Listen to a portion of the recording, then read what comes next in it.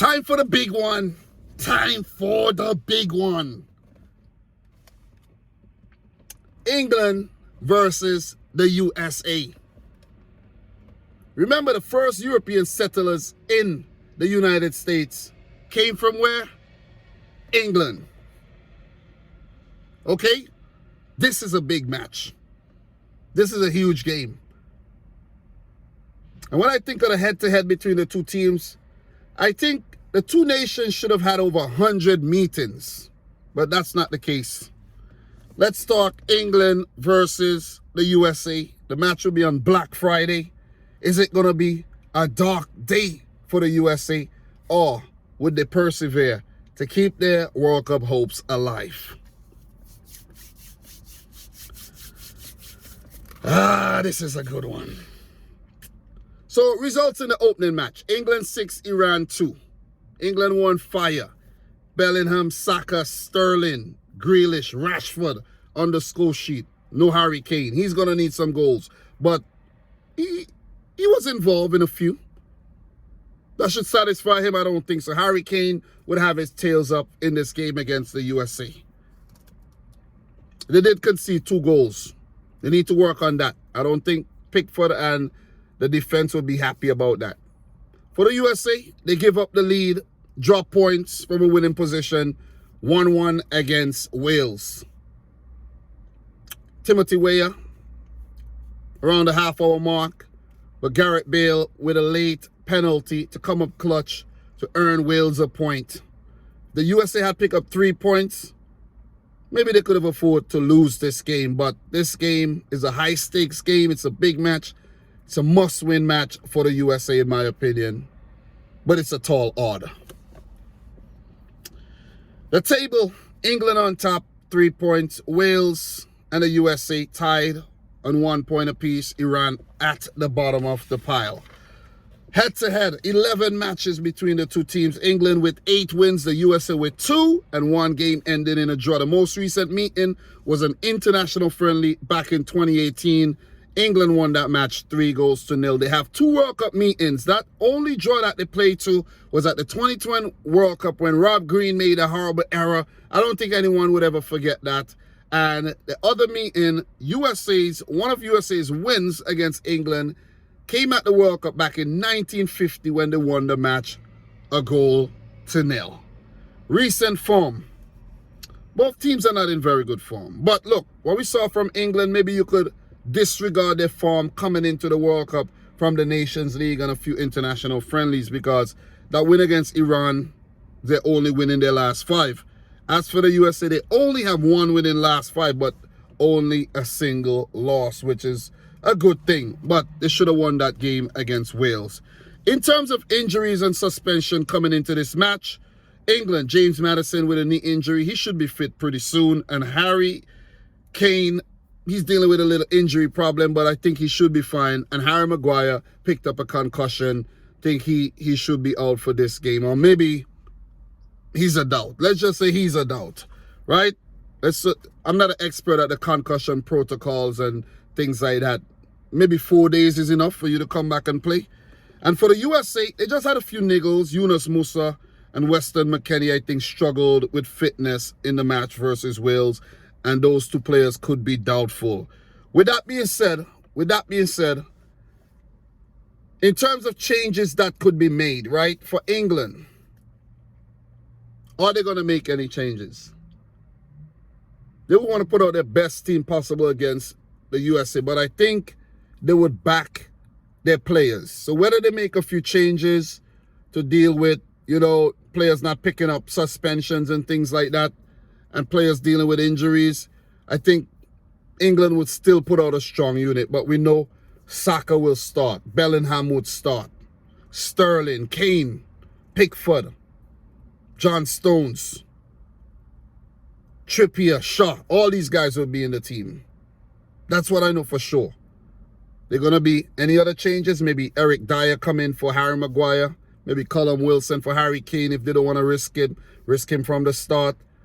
England are so stacked up that they could make changes and still look really, really good. For The USA, maybe some changes are needed. Maybe Ferreira come in for Sargent. You see what I mean? Maybe Aronson for McKennie or Kellen Acosta for McKennie or Yunus Musa if these guys are dealing with injury. Maybe a tweak at the back. It's left to be seen what Gregor Berhalter is going to do. I don't know what he's going to do. I really don't know. You know what I mean? The man is very unpredictable. But I don't know. Let's see. Christian Pulisic, he's going to need to put out more playing against England. He plies his trade in England. Are we going to see Gio Reyna? It's left to be seen, you know. It's left to be seen. Some key insights, right, for you. England are the smallest country to have won the World Cup when they did so in 1966. Uruguay, they're just a little bigger than England. For the USA, they haven't kept a clean sheet in any of their last 18 World Cup matches, right, versus European nations. They conceded 32 goals in the process since that 1-0 win versus England back in 1950. That's a good stat. That's a good insight, in my opinion. Prediction for this game. Is this a mismatch? Because to me, it's going to take quite a lot for the USA to get something from this game against England. It's going to take a clinical performance in defense, a midfield masterclass, and it's going to need some exquisite finishing, every chance, put it in the back of the net type thing to beat this England team. Every mistake they make, you have to punish. If they give you an inch, you take a mile type situation. The USA could do two things. They could say, hey, man, we're going to be brave. We're going to take the game to England. Do they have the balls to do that? What if they do that and they get picked off? Because we know the USA like to play the ball out from the back. They like to play that attractive style of football. And maybe they're not best suited to it in a game against England, who are technically good. Team that's going to be pressing you as well. But what if they go in overly defensive and they just get picked off? You see what I mean? And they can't deal with the pressure that England are putting to them. But as I mentioned, England, I think, you know, they're going to boss the possession. They're going to always be positive. And they're going to back themselves to go out there and beat the USA. They want to send a statement. It would be an embarrassment if England lose to the USA for pride reasons. The whole soccer, football thing. You see what I mean? The whole England-USA thing. I think, guys, England are winning this game 4-1. The USA will be embarrassed, but I don't think they would be completely out of it with that result. But I'm not going for the USA to advance. Well, you're going to play Iran. You need to beat Iran, and I don't know if that's going to happen. That's the thing. I really don't know.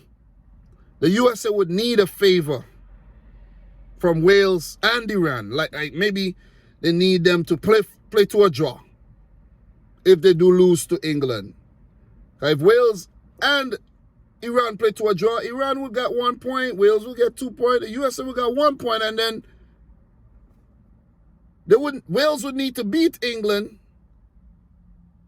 if the USA go on to beat Iran. And the group is shaping up very nicely. But I think England's going to win the game. They're going to score 4 more, take the tally up to 10. They'll concede another.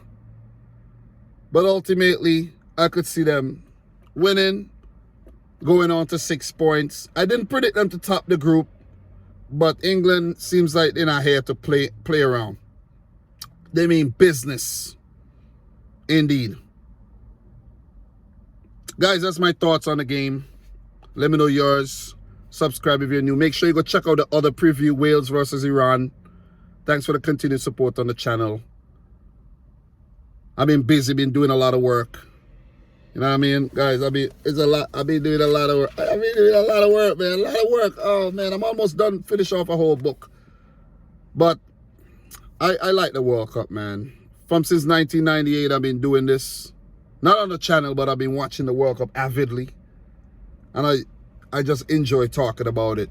This time, I'm documenting it like I did back in 2018. All right? Hope you guys are enjoying the journey. So, guys, for my boy Dominic Rich, until next time, peace out. Rich, squad. Good luck to both teams. For the USA's sake, hopefully it's not a very dark Friday.